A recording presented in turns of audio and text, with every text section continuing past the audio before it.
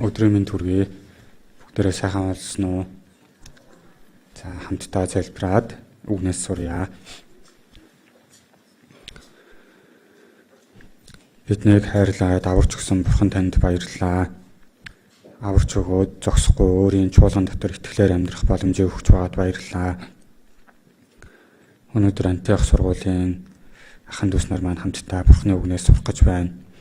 Эзэн ариун сүнстэй бидний дунд хамт байж өөрийн хүслийг мэдүүлж өгөөч гэж гуйж байна.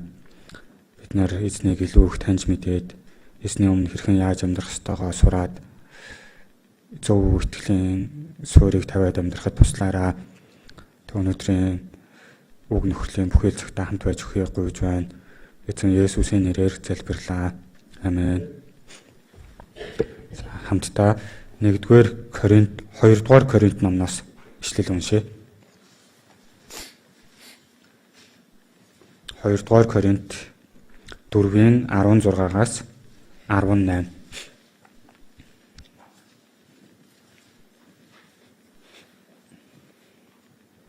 2-р Коринт 4-ийн 16-аас 18-ыг би уншиж өгье. Тиймээс бид зүрх алддаггүй. Хэдийгээр гаднах хүн маань ялзарч байгаач доторх хүн маань өдрөөс өдөрт шинжлэгдэж байна. Учир нь нагшин зуурын ялахгүй зовлон нь алдрын мөнхийн жинг бидэнд үлэмж арвижуулж байна. Бид үзэгдэх юмсыг бус харин үл үзэгдэх юмсыг хардаг. Учир нь үзэгдэх юмс бол цаг зуурынх, харин үл үзэгдэх юмс мөнх билээ. За өнөөдөр хамтдаа Есүсийн дахин ирэлт ба шагнал гэсэн сэдвээр үгнээс сурах гэж байна. Тэгэхээр бид хүн Есүсийг таньж мэдэж аврагдаад түүгээр дамжуулаад ариун сүнс бид бүхэнд ирсэн. Энэ ариун сүнс бидний энэ итгэлийн өсөлтөд туслаад илүү их Бурхныг таньж мэдээд энэ ишлэл дээр гарч байгаа шиг хэдийгээр гаднах хүн маань ялзарч байгаач доторх хүн маань өдрөөс өдөрт шинжлэгдэж байна гэж.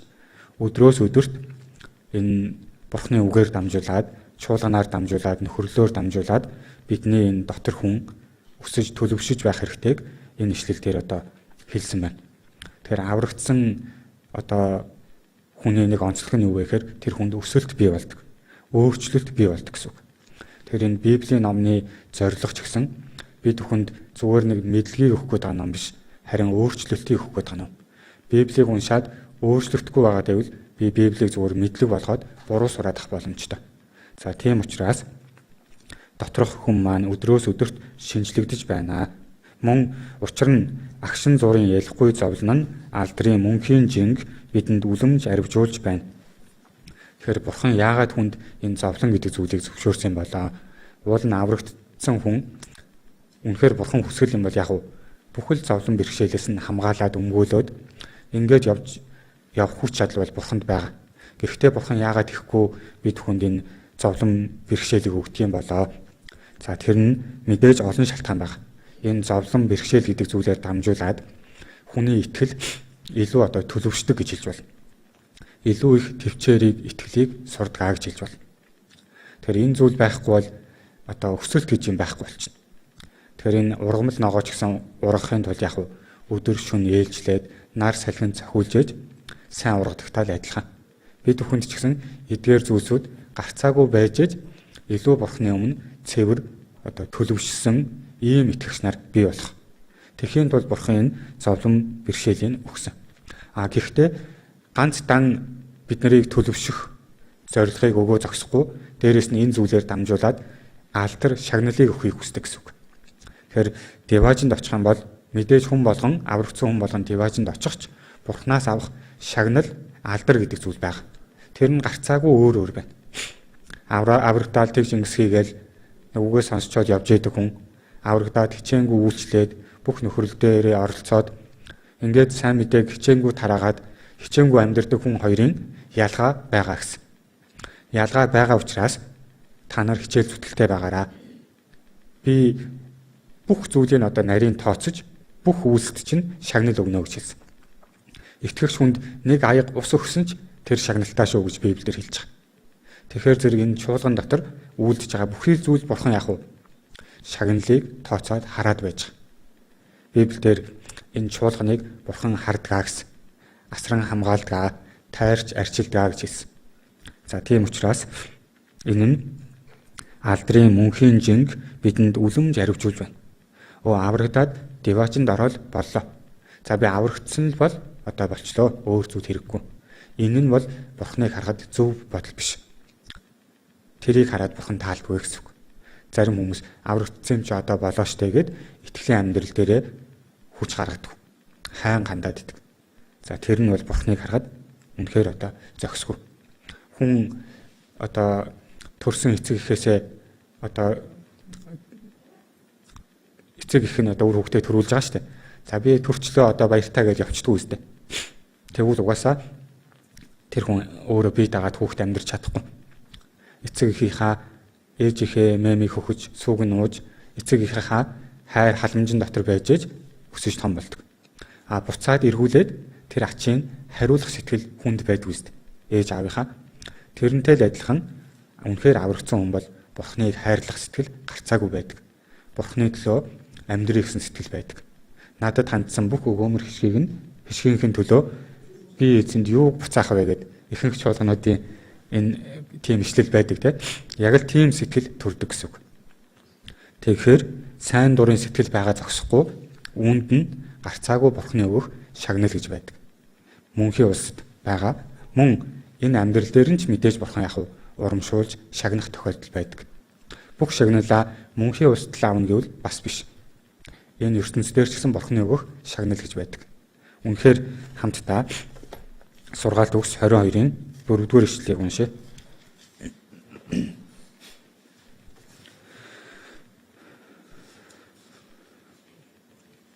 За хамт уншъя. 22-ийн 4. Эзнээс эмээхүй ба даруй төлөвийн шагналд эд баялаг алдар хүнд амьдрал ирнэ гэж. Бурхнаас эмээж даруй төлөв байх юм бол шагналд нь юу өгнө гэж чинь. Эд баялаг алдар хүнд амьдрал ирнэ. Энэ бол деважинд өгөх шагнал биш гэсэн үг. Деважинд бол энэ эд баялаг гэдэг зүйл хэрэггүй, алдар хүнд гэдэг зүйл хэрэггүй болчихно. Тэгэхээр зэрэг үнэхээр одоо би Бурхны өмнө Бурхнаас имэж даруй энэ дээр итгэлийн амьдралын хамгийн чухал зан чанар төлөвшүүлэх хэрэгтэй зүйл гэж хэлж байна. Даруй зан. Үнэхээр л даруй байх гэж хичээхгүй бол амархан л бардам зан, их хэрхэг зан гараад ирдэг. Энэ биднэрт байгаа учраас. Тийм учраас тэр зан гараад ирэх юм бол тэр зангаал дарж өгөөсөхгүй бол итгэлээр амьдрахад хэцүү. Энд ч тэр ч хүн, энд ч чуулган ингээл шүүх зүйл асуудал зөндөө гарч ирээд байна гэсэн үг. За тэгэхээр энэ даруй зан Бурхнаас эмээх сэтгэл. Энэ хоёр үнэхээр чухал. Энэ Библийг уншиж байгаа зорилго нь ч гэсэн тэр. Өдөр бүр уншиж байгаа нь эзнээс эмээх үг мэдхийн тулд гэж. Тэгэхээр энэ бүхнийг сонирдоод дүгнэхэд Бурхнаас эмээж түүний тушаалыг дагагтун. Энэ нь бүх хүнд хамаарна гэж. Аврагдсан аврагдаагүй бүх хүний үндсэн үүрэг бол Бурхнаас эмээх юмаа гэж хэлсэн. Энэ эмээх сэтгэл, хүндэтгэх сэтгэл. Энэ зүйл байхгүй бол хүн дураараа авирлна. Тэгэхээр зэрэг хэн нэгэн хүнээс эмээгээд авш Бурхнаас. За тэгээд Бурхны өмнө даруй байх. Бурхны өмнө даруй байна гэдэг нь энэ аврагдсан ахын дүүсийнхаа дотор энэ амьдрал дээрээ боддоор даруй байх гэж хичээж амьдрах. За энийг хэлж байна. За тэгээ зогсохгүй буцаад 2 дугаар Коринт ном руу очие. 2 дугаар Коринт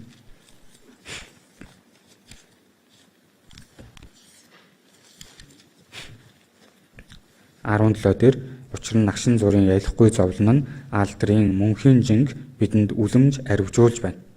Энэ дээр зовлон ялахгүй агшин зургийн гэж хэлсэн. Мэдээж бэрхшээл зовлон байдаг ч тэр нь ялахгүй зүйлээ гэж хэлсэн. Агшин зургийн гэж хэлсэн. Тэгэхээр хит зовлонг томоор хараад байх шаардлага байхгүй гэсэн үг. Харин энэ агшин зургийн ялахгүй зовлоноор авж байгаа алдар хүнд нь шагнал нь бол үлэмж ихэ гэж хэлсэн. Жохон зүтгэл гаргаж байгаа ч түүнийхээ хариуд авж байгаа шагналыг бол Бурхан харин гомдоохооргүй өгнө гэж хэлсэн. За тийм учраас Библиэлд ийм шагнал байдгаа гэж олон дахин анхааруулсан. Тэгээд 18 дээр бид үзэгдэх юмсыг бус харин үл үзэгдэх юмсыг хардаг. Учир нь үзэгдэх юмс бол цаг зургийнх, харин үл үзэгдэх юмс мөнх билээ. Итгэгчид энэ үл үзэгдэх харагдахгүй байгаа деважинд найдвараа тавиад амьдарч байгаа.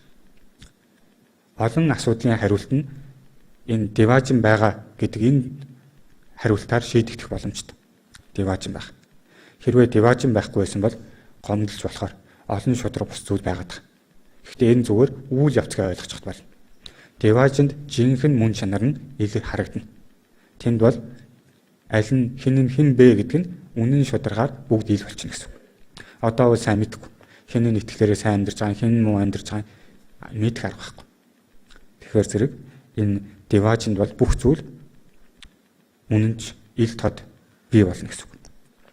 Тэгэхээр энэ үл үзэгдэх юмсыг бид хардгаа. Учир нь үзэгдэх юмс бол цаг зуурынх. Энэ үзэгдэх зүйлсийн төлөө амьдраад байвал энэ нь бол хий хоосон гэсэн. Алга болчихно. Хаягдана.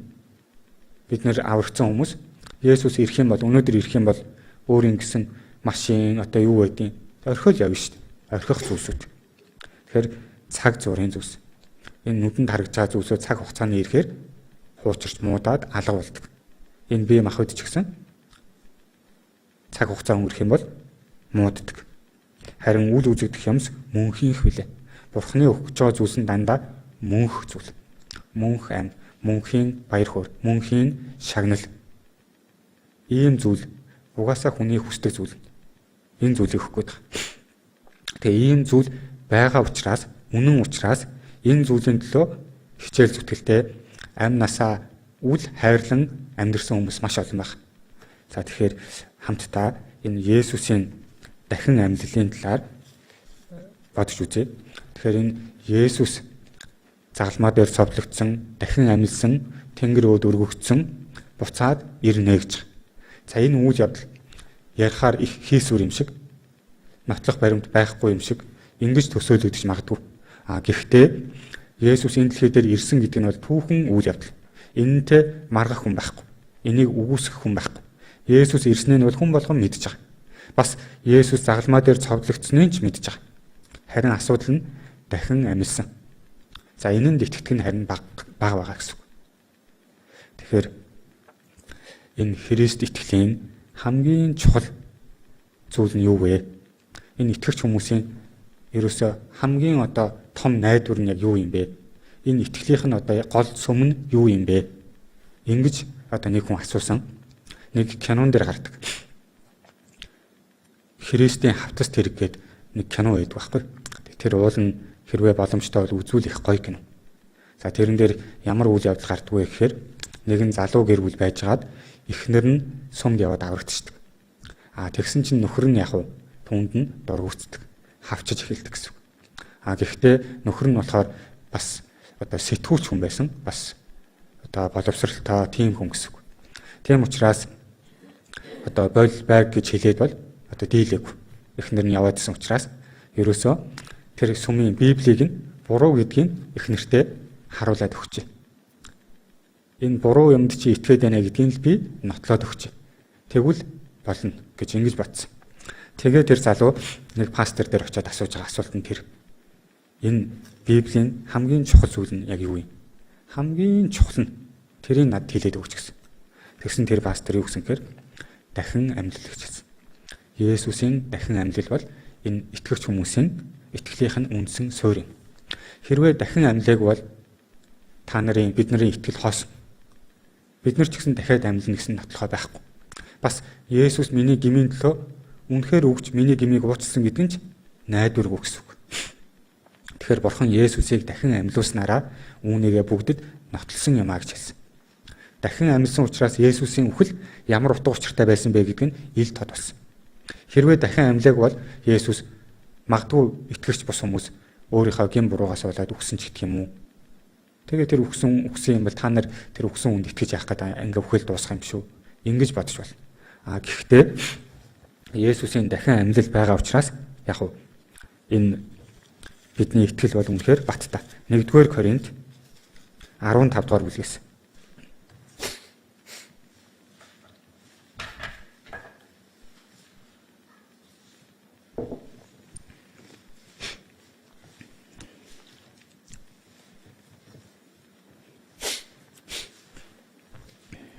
За 15-ын 1-3-ыг би уншиж өгье. Ах トゥ нараа Та нарт тунхагсан сайн мэдээгээ би та нарт мэдүүлье. Та нар түүнийг хүлээн аваад түүндээ зогссон. Хэрв миний тунхагсан үгийг та нар баримталж дэмий хоосон итгээгүй бол та нар түүгээр аврагдсан. Учир нь би хүлээн авсан зүйлийнхээ хамгийн чухлыг та нарт дамжуулсан. Илч Паул би хүлээн авсан зүйлийнхээ гэсэн. Илч Паул өөрийнхөө санаа бодлоор Библийг бичсэн юм биш гэсэн үг. Өөрийнхөө санаа бодлоор л итгэлээр амьдрсан юм биш гэсэн үг. Бурхан онцгойгоор тэр хүнд өөрийнхөө хүсэл төлөвлөгөөг харуулж өгсөн. Есүс боддоор өөрөө Паултай уулзаж сайн мэдээ тараасан. Түүгээр зогсохгүй энэ Илч Паул Деважин хүртэл харсан хүн гэж хэлж байна. Тэгээд тэгж их хавчижсэн, тэгж их Есүсийг үгүйсгэжсэн ийм Паул Есүсийг бусдад тараадаг, дамжуулдаг ингэж ийм хүн болоод өөрчлөгдсөн. Тэгвэл энийг одоо ерөөсөө тайлбарлах нэг л арга байна. Паул Есүсийн дахин амьлалыг харсан. За тэгээд хүлээн авсан зүйлийнхээ хамгийн чухлыг та нарт дамжуулсан. Тэр нь юу вэ гэхээр бичвэрийн дагуу Христ бидний нүглийн улмаас өгсөн. Энэ бол зөвхөн шинэ гэрээн дээр л бичигдсэн зүйл биш. Хуучин гэрээнээс л эхлэлтэй. Есүс миний гмийн төлөө ярьж загалмаа дээр цовлогдно гэдэг нь Библиэлд бичээтэй байсан. Тэгэхээр энэ Есүсийн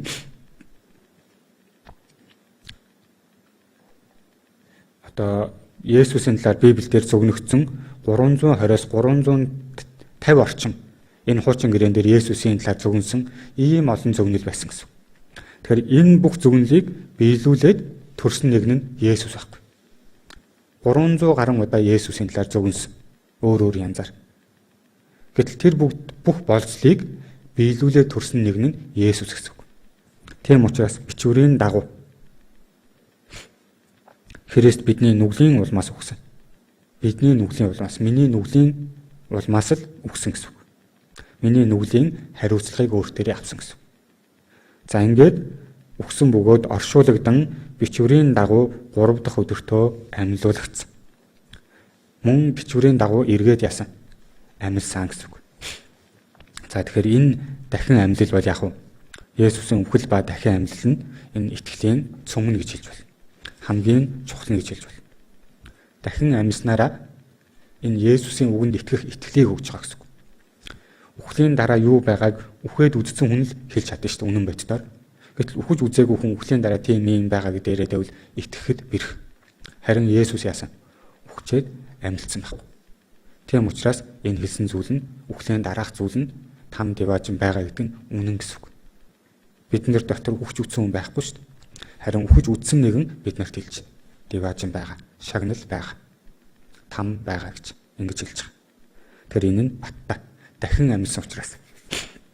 За тэгэхээр энэ Есүсийн ирээд дахин амьсан энэ үйл явдал бол альч талаас нь бодож үзсэн үнэн үйл явдал гэдгийг мэдж байна. За тэгэхээр шинэ гэрээнд л ихэд энэ Есүсийн дахин амьлалын талаар 104 удаа гардаг гэж. Есүсийн шавнар Есүст итгэдэг хүмүүс Есүс дахин амьсан гэдгийг 100 гаруй удаа Библиэлд тэмдэглэж үлдээсэн. Тэр хичнээн чухал үйл явдал гэсэн үг. Тэгээ миний нүглийн өмнөөс өгсөн. Миний гмийн төлөөсөө бүгдийг төлцсөн. Энэ нь баттай гэсэн үг.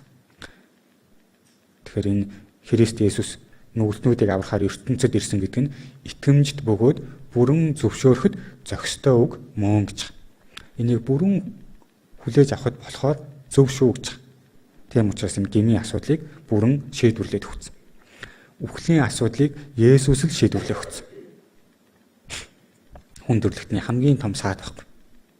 Хичнээн агуу, хичнээн мундаг, хичнээн эрх мэдэлтэй хүн байлаа гэд бүгдээрээ л үхлийн өмнө өвдөгсөгдөж байгаа. Хичнээн мундаг эмч байсан ч эцтэй үхэж байгаа юм шүү дээ.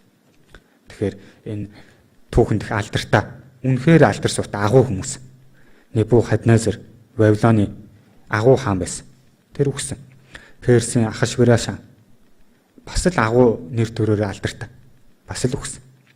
Миний үгийн санд боломжгүй гэдэг үг байхгүй гэл ингэж хашгирч исэн Наполеон гэж алдартай хаан байна. Би боломжгүй гэдэг үгийг мэдэхгүй гэл ингэж хэлж исэн. Гэхдээ хүл түүнийг зогсоосон. За тэгээд манай Чингис хаан үнэхээр агуу хүн. Гэхдээ л Үхлээр тэр хүний бүх зүйл дуусчих. Харин Есүсийн амьдрал бол үхлээр эхэлж байгаа гэж хэлж байна. Үхээд дахин амьснараа тэр аврал нь бүрэн гүйцэд болж байгаа. Үхэл дуусч байгаа ш. Үхснээрээ харин ч ажил нь эхэлж байгаа. Итгэгчдийн өмнөөс бүх төлөөсийн төлөө дахин амьдсан учраас. За энийг бид хүн сайн мэдэх хэрэгтэй.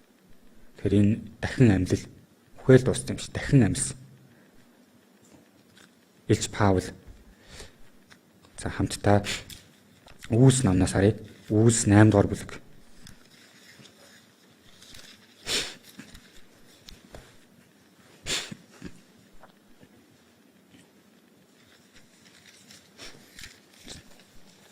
Үүс 8-ын 1-3. Түүнийг алсан явдлыг Саул сайшааж байлаа. Тэр өдөр Иерусалим дахь чуулганы эсрэг хүчтэй хавчлага өрнөв. Илч нараас бусд нь бүгд Юудэ Самарын нутгуудаар тархав. Стефаныг сүсгтэй ирчүүд хөдөөлүүлж түүний хойноос ихэд гашуудан уйлцгаажээ. Харин Саул айлаас айлд орж ир юм гэлгүй баривчлан шоронд хийж чуулганыг тарамдуулж байлагч. Ингээд унших юм бол энэ Паул ямар хүн байсан, ямар хэрцгий догшин ийм хүн байсныг нь харж байна.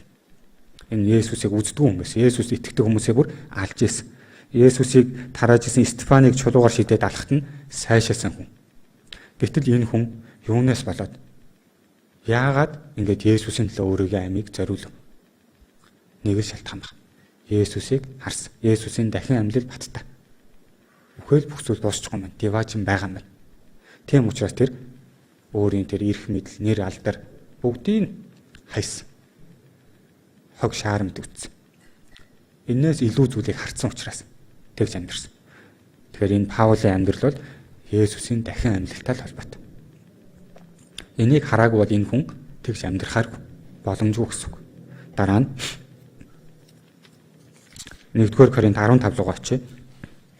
1-р Коринт 15.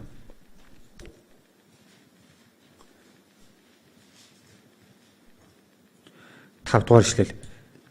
Кефт дараа нь өнөөх 12-тоо үзэгдэжээ гэж. Энэ Кеф гэж байгаа нь Петрийг хэлж байгаа байхгүй юу? Тэгэхээр дахин амьлаад Петрт үзэгдсэнийг хэлж байгаа. Петр ч гэсэн харах юм бол үнэхээр хулцгар хүн. Та бүхэн мэдэх бах. Есүсийг үгүйсгээд Есүсийг нөгөө цэргүү цавлах гээд бариад аваад явж байгаа байхгүй юу? Тэр үед нь юу гэдгүүлээ? Дагж явж байгаад нөгөө Ромын цэргүүд хүмүүс асуусан. Чи энэ хүний шавны юм биш үү? Би биш. Би танихгүй. Бүр хараал тавиад үгүйсгэж байгаа ийм үйл явдал гардаг. Гэтэл энэ Петр эцэстээ амьдралыг харсан чинь Есүсийн төлөө бүх амьдралаа зориулсан. Бүр айгаад үгүйсгээд цогтчихсэн хүн хаанаас тийм хүч гараад ирв? Хаанаас тийм итгэл олчив? Дахин амьдсныг харсан учраас ингэж амьдэрсэн. Дараа нь өнөөх 12-т үзэгдэжээ. 12 шавьдаа үзэгдсэн. Энэ Есүсийн шавнарыг харах юм бол Иоханоос бусад шавнар нь энэ Есүсийн сайн мэдээг тарааж ирснээсээ болоод алгуулсан хүмүүс байна. Уул нь бодит байдал дээр айгаад нуугдаад байжсэн хүмүүс байна. Есүсийг үгснээ дараа гэхдээ дахин амьлаад Есүс өөрийгөө харуулсан. Тэрийг нүдэрээ үзсэн учраас тэгтлээ их итгэл зориг бий болсон. Петрийг сайн мэдээ тарааж яхад 3000 гаруй хүн аврагдсан гэж. Ямар итгэл зоригтойгоор Есүсийг тараасан бэ гэдгийг харж байна. Тэгээ нэг хүн бол яг буруутаад буруу бодоод амиа зориулчлаа гэж бод.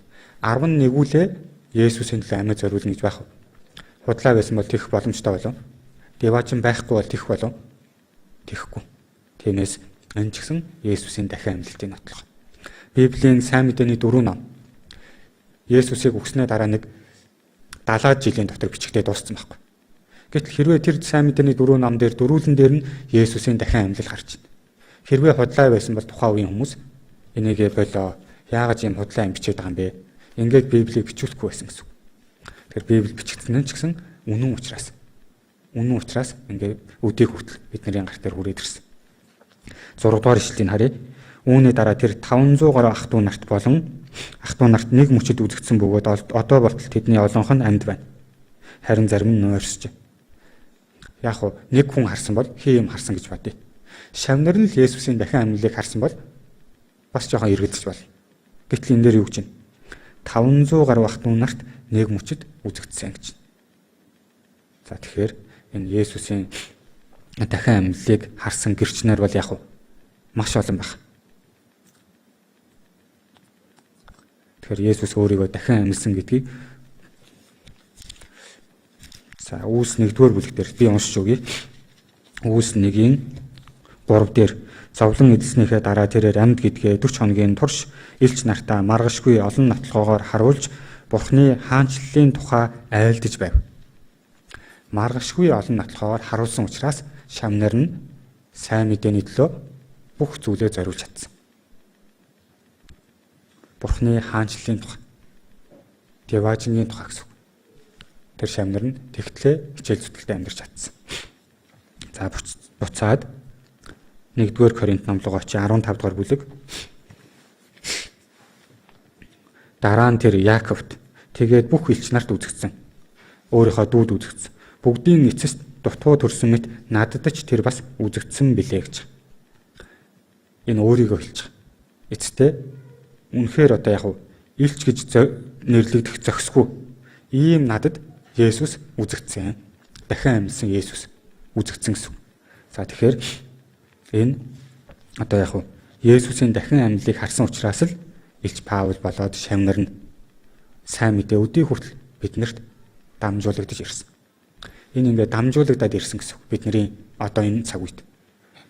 Есүс энэ Шавнараас нь ахуулаад гэтэл энэ үед үгүйсгдэг, хавчдаг, бүр амийн хороод хүмүүс байсан.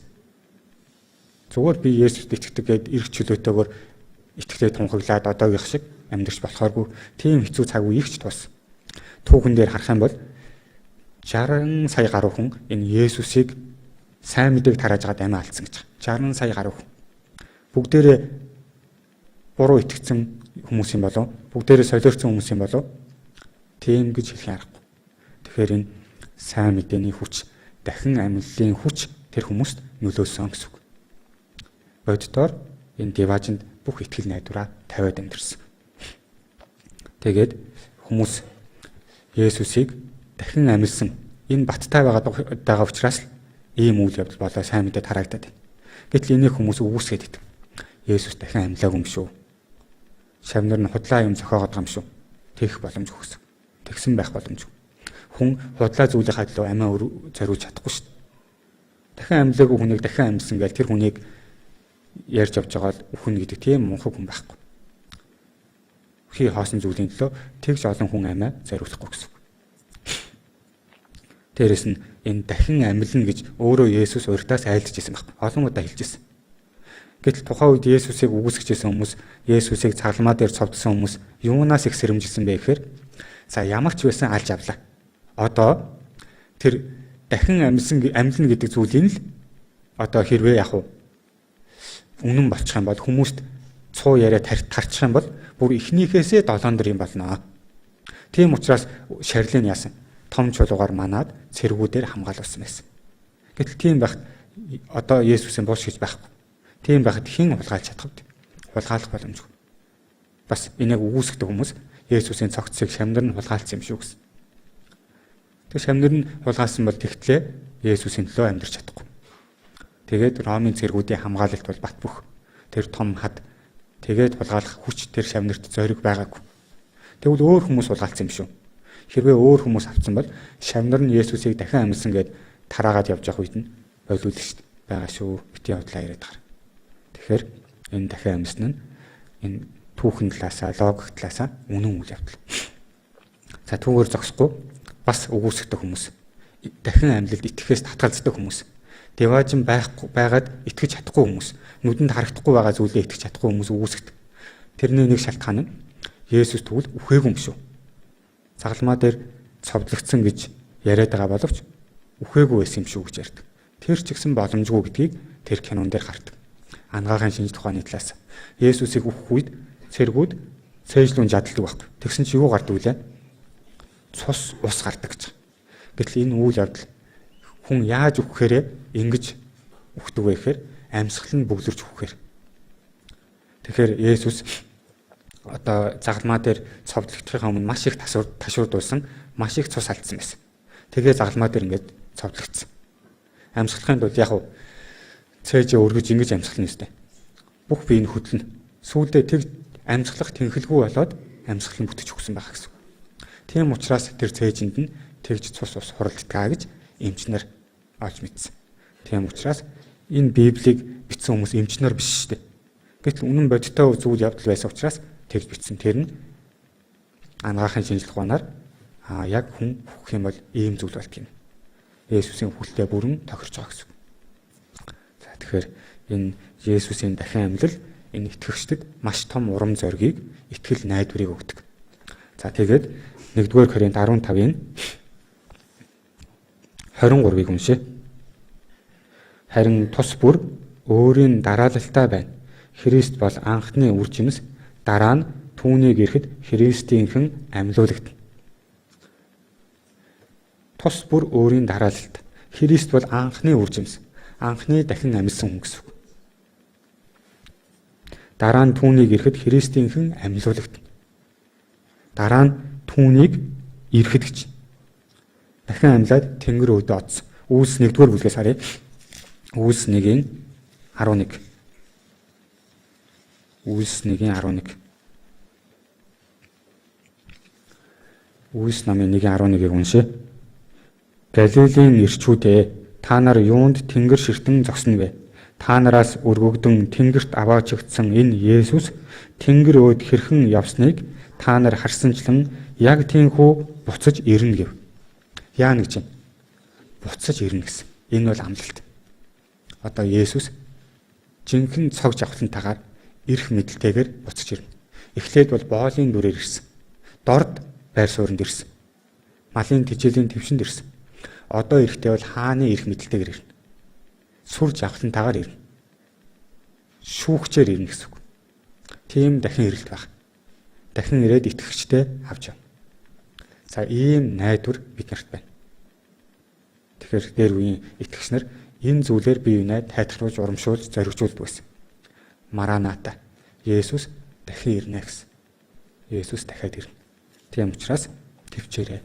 Тийм учраас битээ санаа зовоорой. Битээ гомдлолоор. Бурхан хүн болгонд үйлсийн дагуу хариу өгнө. За тэгэхээр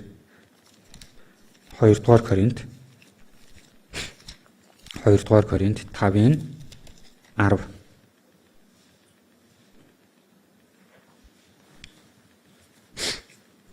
Хамт уншъя. Учир нь бид бүгдээрээ Христийн шүүх суудлын өмнө гарч ирэх ёстой бөгөөд биеэрээ үйлдсэн сайн эсвэл муу бүхнийхээ төлөө хүн бүр хариугаа авна. Хэдийгээр бид хүрч энэ шагналын төлөөх шүүлт байгаа. Хүн бүр гэж байгаа. Хүн бүр аврагдсан аврагдаагүй бүх хүн шүүгдэнэ. Гэхдээ аврагдаагүй хүмүүс бол там руу явах, там деважин руу явах шүүлт. Харин бид нар бол шагнал алдар суугийн төлөөх шүүлт. Сайн эсвэл муу бүхнийхээ төлөө хүн бүр хариугаа авах бол илчлэл хойш нэргүүлээд илчлэл номноос илчлэл 22-ийн 12. Илчлэл 22-ийн 12.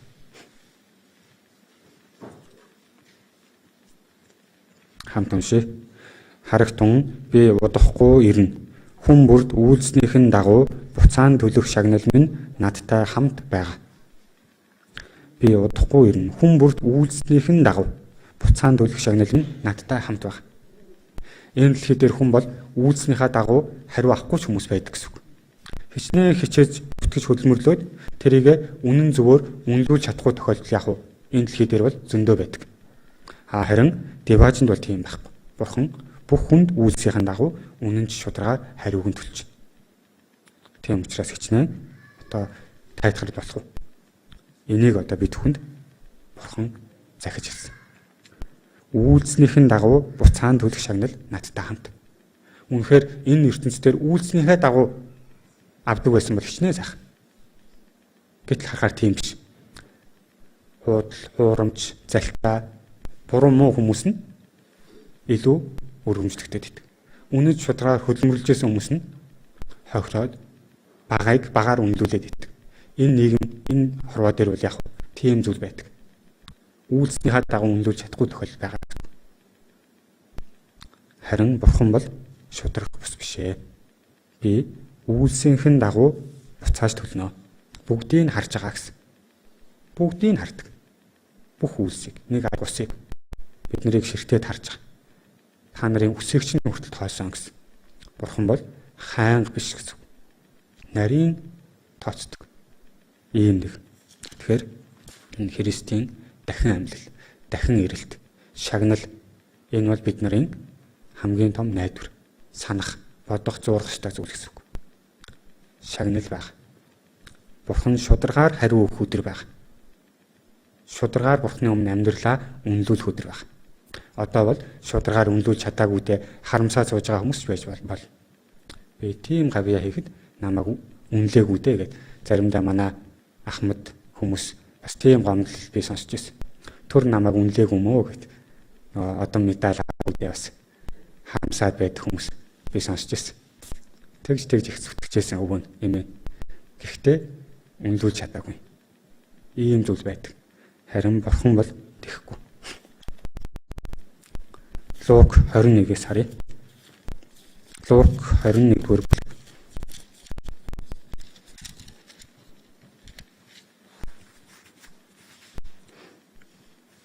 (21-ийн 34-өөс 36). Би уншиж өгье. Хэд идэж уух явдал, согтуурал болон амьдралын санаа зовнилоор та нарын зүрх дарамтлагдахгүй тулд болгоомжлогтун. Тэрхүү өдөр хавах буух мэт та нар дээр гинт ирнэ.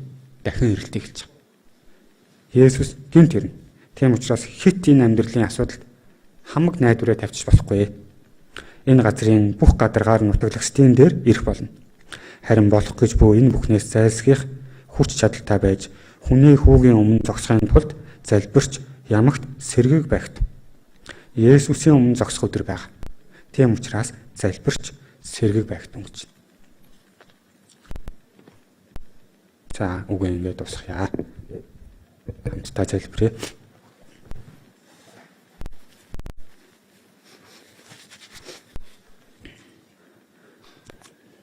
Бурхан минь баярлалаа.